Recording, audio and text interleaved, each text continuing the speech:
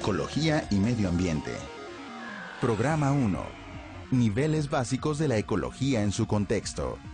Reconocerán nociones básicas de ecología a partir de los niveles de integración de la materia viva, revalorarán su interacción con el medio ambiente, profundizarán su conocimiento sobre la estructura del ambiente, identificando factores bióticos y abióticos.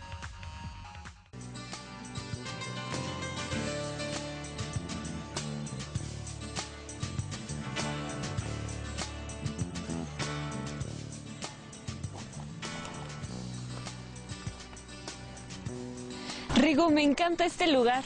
Tantas plantas y tan diferentes unas de otras. La naturaleza me relaja tanto, me cambia el ánimo. Pues si no tenemos cuidado, nuestros hijos no van a conocer muchas especies de animales, ni de plantas como estos cactus, ni de esta tranquilidad que sientes. ¿Pero qué podemos hacer? ¿Cómo podemos transmitirle a las personas lo importante que es cuidar a la naturaleza? Creo que en primer lugar los seres humanos debemos ser conscientes que somos responsables del deterioro ambiental, principalmente por nuestra forma de vida, sobre todo de consumo y de generar desechos. Es común pensar que no somos responsables del cuidado de la naturaleza, pero de su funcionamiento integral depende la vida, todas las formas de vida del planeta. Ahora que lo dices, leí que las 6 especies de felinos de México están en peligro de extinción y principalmente es por la deforestación, la cacería y la captura para su venta como mascotas. Mira, vamos.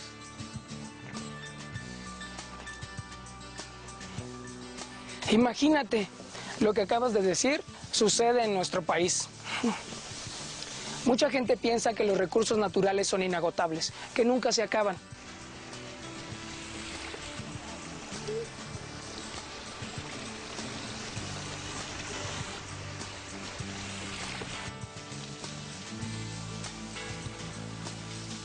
Nosotros los jóvenes tenemos la responsabilidad de concientizar a la población en estos temas.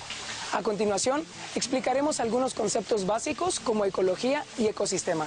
Me gustaría saber qué significa población y qué significa comunidad desde el punto de vista biológico.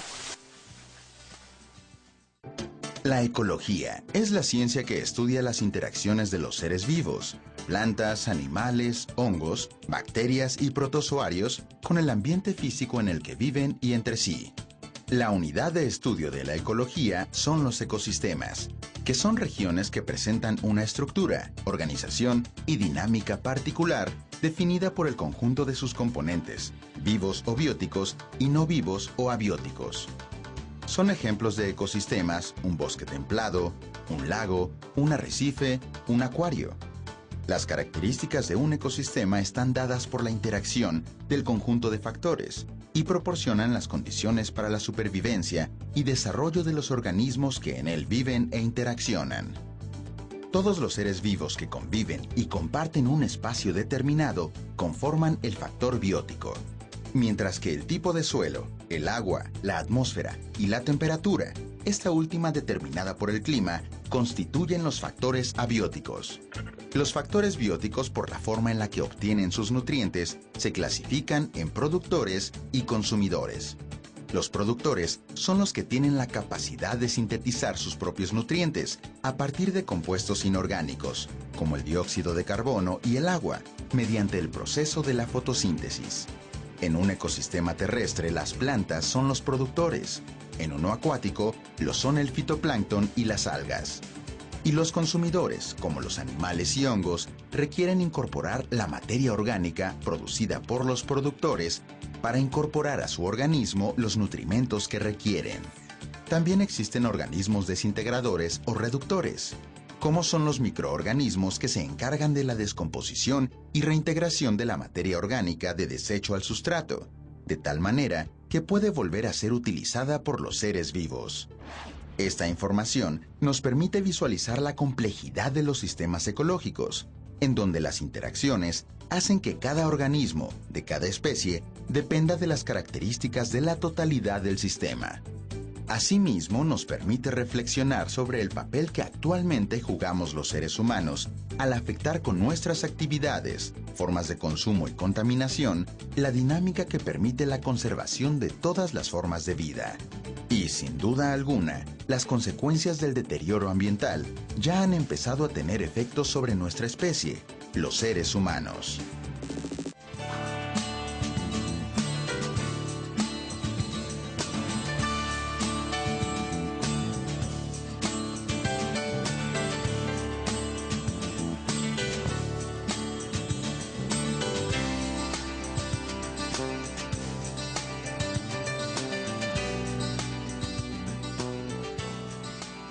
¡Cuánta diversidad! Plantas del desierto, acuáticas, de climas tropicales, de alta montaña, pastos. ¿Cuántos ecosistemas están aquí representados? Para construirlos se tomaron en cuenta muchos factores característicos. Pues sí, porque imagínate lo que implica recrear todas las condiciones que hay en un ecosistema para mantener el equilibrio. En estos mini ecosistemas solo se tomaron en cuenta las principales condiciones de suelo y de humedad para que la vegetación sobreviva. Pero en su ecosistema de origen son muchas las interacciones para que se conserve el equilibrio. Claro, porque cuando uno de los componentes del ecosistema cambia, se afecta a los demás. Por ejemplo, unas especies se alimentan de otras, de tal manera que fluye la materia y la energía en las cadenas alimentarias. Si una especie desaparece, pues podrían también desaparecer las que dependían de la que falta. Las cadenas y redes alimentarias son un aspecto importante de la dinámica de los ecosistemas, en donde se pueden identificar cambios en la cantidad de individuos de cada especie, pero que se recupera de manera cíclica. Sin embargo, cuando por algún motivo cambia drásticamente una condición, puede disminuir o desaparecer un recurso alimentario y llevar a que se reduzca la cantidad de individuos de ciertas especies a tal grado que su recuperación sea ya muy difícil. Entonces se habla de que está en riesgo. Y si se extingue una especie, es muy probable que otras también puedan sufrir el mismo destino, y así hasta acabar con el ecosistema. Oye, pero se me ocurre, ¿qué pasa por ejemplo con nuestras mascotas? Mira, son situaciones distintas. Las mascotas son animales domésticos y sus condiciones de vida dependen de sus dueños. Los alimentamos, los cuidamos y permitimos o no que se reproduzcan. En realidad, los perros y gatos forman parte de los ecosistemas artificiales en los que vivimos los seres humanos, en donde controlamos muchas de las interacciones. Pero fíjate, no dejamos de depender de los ecosistemas naturales que nos rodean. Porque los ecosistemas no solo son selva tropical o un arrecife de coral, sino también las comunidades creadas por los humanos, tales como una ciudad, un acuario o una estación espacial, un basurero o una parcela.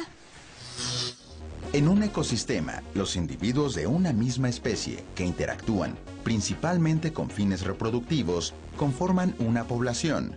Y diversas poblaciones que comparten un mismo ecosistema se consideran una comunidad. Es decir, todos los seres vivos de distintas especies que interactúan en un lugar determinado, llamado hábitat, constituyen una comunidad. Por ejemplo, en un bosque templado se reconoce una población de pinos, otra población de encinos, otra población de ardillas, otra de lombrices de tierra, etc. Todos los individuos de las distintas especies conforman la comunidad del bosque. Cada comunidad posee una estructura característica que se define por la cantidad de especies y sus interacciones. Dentro de las comunidades se dan diferentes tipos de interacciones. Por ejemplo, la competencia, depredación, parasitosis y simbiosis, entre otras relaciones interespecíficas. Algunas características de las poblaciones son el tamaño poblacional, que se refiere a la cantidad total de individuos, en donde los índices de natalidad y mortalidad son los factores principales que inciden en el tamaño promedio de una población en un tiempo determinado. La inmigración o entrada de nuevos integrantes a la población proveniente de otras poblaciones, así como la emigración o salida de individuos, también afectan el tamaño de las poblaciones. La reproducción permite la renovación de la población. La densidad de población se refiere a la cantidad de individuos que se encuentran en una superficie determinada, en un ecosistema terrestre o de metros cúbicos en uno acuático.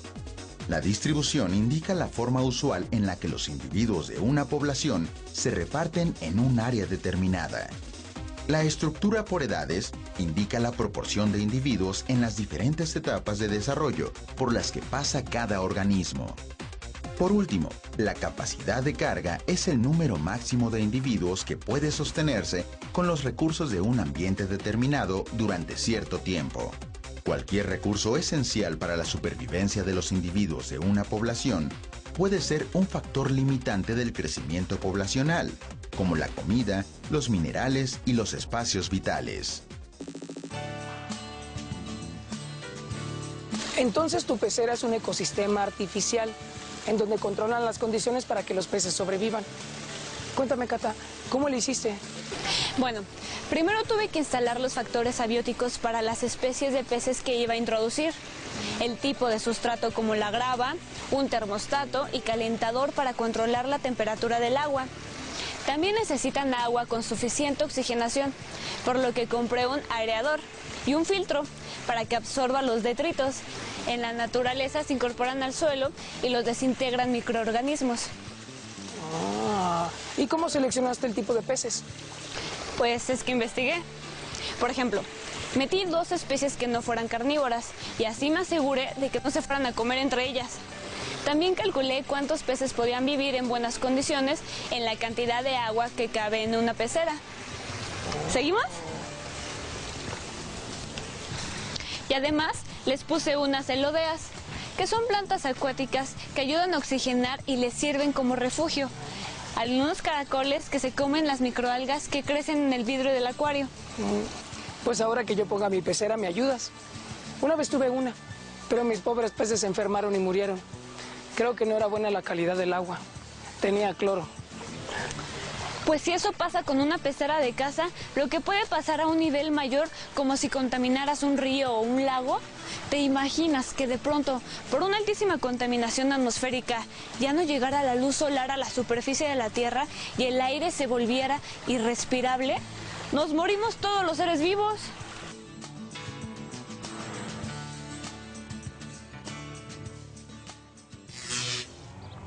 Nuestra comunidad es tan extensa que tiene 24,000 hectáreas, una parte de bosque y una parte de siembra. Desde hace mucho tiempo esta tierra se ha conservado trabajando en cuestión de verduras, llámese espinaca, rábano, zanahoria, chícharo. Es la tradición que nuestros padres, nuestros abuelos nos inculcaron desde que estábamos pequeños. Es la tradición que traemos en esta comunidad. Porque si ustedes ven, cada día la contaminación crece y crece y crece, y no es tanto por los carros, ya es por la invasión de que la ciudad ha crecido y se está perdiendo el Distrito Federal en pura finca. El asfalto cada día nos va invadiendo más y más y más. Nosotros pediríamos que también nos ayudaran vamos a cooperar juntos para conservar esto. Pues fíjate que ese testimonio me recuerda a una clase en la que discutimos sobre los alcances de la ecología, al reconocer que la problemática ambiental ha sido ocasionada en gran medida por las actividades de los seres humanos. Entonces, actualmente la ecología no solo considera el estudio de los ecosistemas como ciencia de la naturaleza, sino que se han incorporado los aspectos humanos como la cultura, la historia, la economía. ¡Qué interesante! Yo habría pensado que la ecología se relacionaba solo con la física, la química, la biología, y las matemáticas, en el estudio de poblaciones, por ejemplo. Pues fíjate que me interesa ayudarle a mi abuelo a reforestar su terreno y promover algunos cultivos orgánicos. Creo que tendría que determinar la alcalinidad del suelo, que es química, matemáticas para calcular cuántos árboles se necesitan, física para diseñar un sistema de riego y además calcular los costos, el tiempo en que empezaría a ser productivo el huerto, qué hacer y cómo vender el producto. Y también tendríamos que contratar a algunas personas que nos ayuden. Sí que puede ser interdisciplinaria la ecología. Oye, Cata, ¿qué te parece si con todas las fotos que tomaste hacemos un blog que hable sobre los ecosistemas, las comunidades, las poblaciones y la problemática ambiental. Y sobre todo, la importancia de tener en cuenta nuestra responsabilidad en la conservación de nuestro entorno natural. Pues manos a la obra.